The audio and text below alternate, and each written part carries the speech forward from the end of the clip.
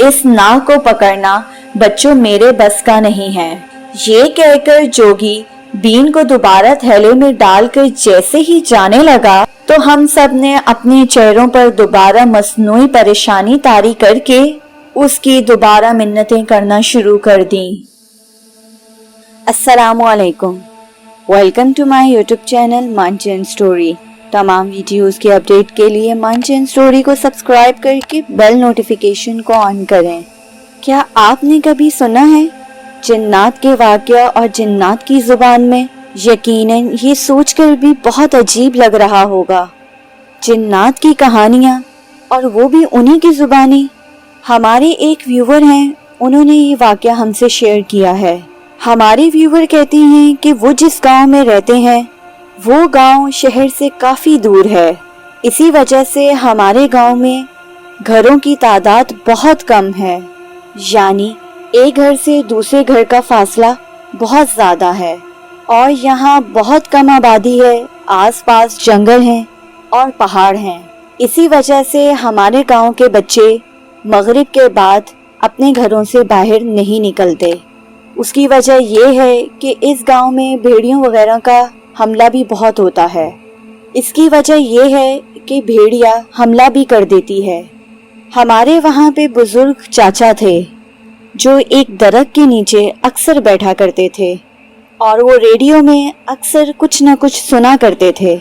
हमारे वो चाचा बुजुर्ग पूरे गांव की जान थे। अक्सर लोग उनके पास बैठते तो वो पुराने किस्से सुनाते। इसी तरह जब भी हम उस दरख्त के पास से गुजरते तो हम चाचा को सलाम करते तो वो चाचा हमें अपनी जवानियों के किस्से और जिन्नात के वाक़यात सुनाते। कहते हैं कि एक बार बारिशें हो रही थी बहुत तेज़। उन बारिशों में मेरे और मेरे दोस्तों का जी चाहा कि हम बाहर चलते हैं। हमने सोचा बहुत ही खूबसूरत मौसम है और हम मगरिब होने से पहले वापस लौट आएंगे। मैंने अपने वाले साहब से इजाज़त ली और मैंने उन्हें बताया कि मैं बाहर जा रहा हूँ और मैं अपने दोस्तों के साथ होऊंगा तो आप परेशान ना होना। हम चले गए। रास्ता काफ़ी वीरान था। जैसे कि अभी मैंने आपसे गर्ज किया कि शहर के काफ़ी दूर गांव में और गांव के आसपास जंगल, तो उसी जंगल वाले रास्ते से हम लोग गुजर रहे थे तो वहाँ एक पहाड़ी सिलसिला शुरू हुआ। जब हम उस पहाड़ तक पहुँचे तो बारिश काफ़ी तेज़ हो गई। बारिश काफ़ी तेज़ हो गई थी तो हमने सोचा कि पहाड़ के नीचे एक जगह है, वहाँ पे जाकर बैठ जाते हैं।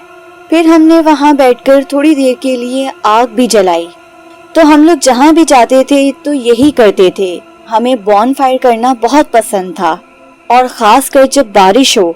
हमारे दोस्त ने कहा कि बारिश बहुत तेज़ हो रही थी जिसकी वजह से हम वहीं बैठे रहे और मगरिब का टाइम हो चुका था।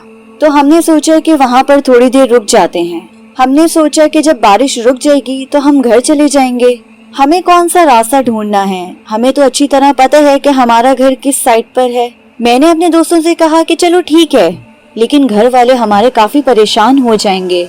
इस पर मेरे दोस्त ने कहा, नहीं, हम में से कोई बच्चा नहीं है, हम सब बड़े हैं और सब घर वालों को पता है कि हम लोग अकेले नहीं हैं।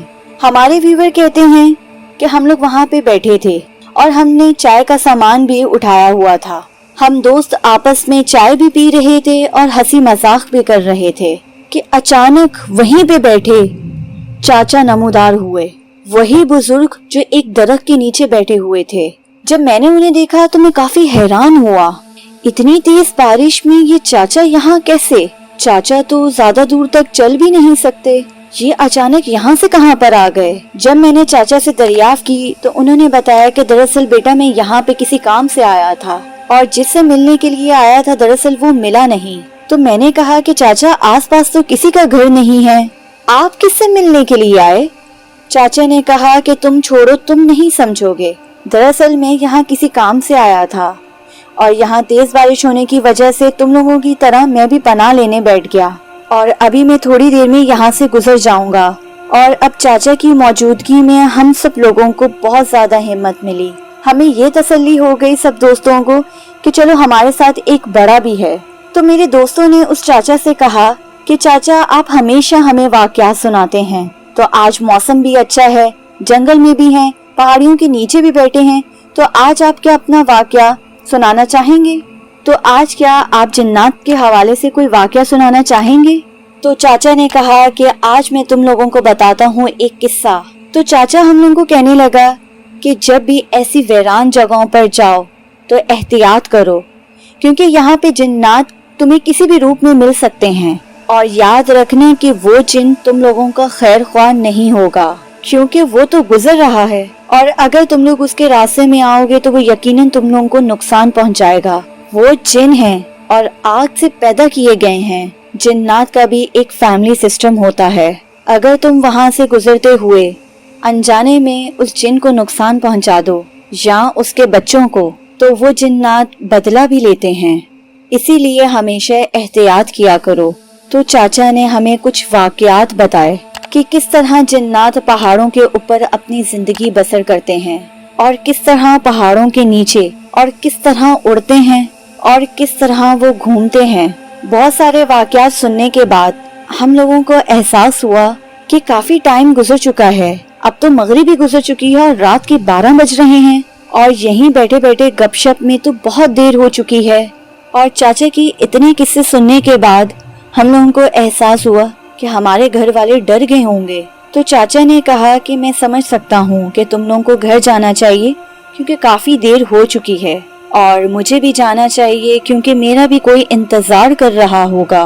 चाचा की वाकया सुनने के बाद हम दोस्त सारे वहाँ से उठे और बारिश एंजॉय करते हुए वहाँ से गुजर रहे थे। बारिश तो रुकने का नाम ही नहीं ले रही थी, लेकिन अब शाम की तरह तेज बारिश नहीं थी, हल्की बारिश थी। इसीलिए हम वहाँ से निकलकर हल्की बारिश में एंजॉय करते हुए चले गए।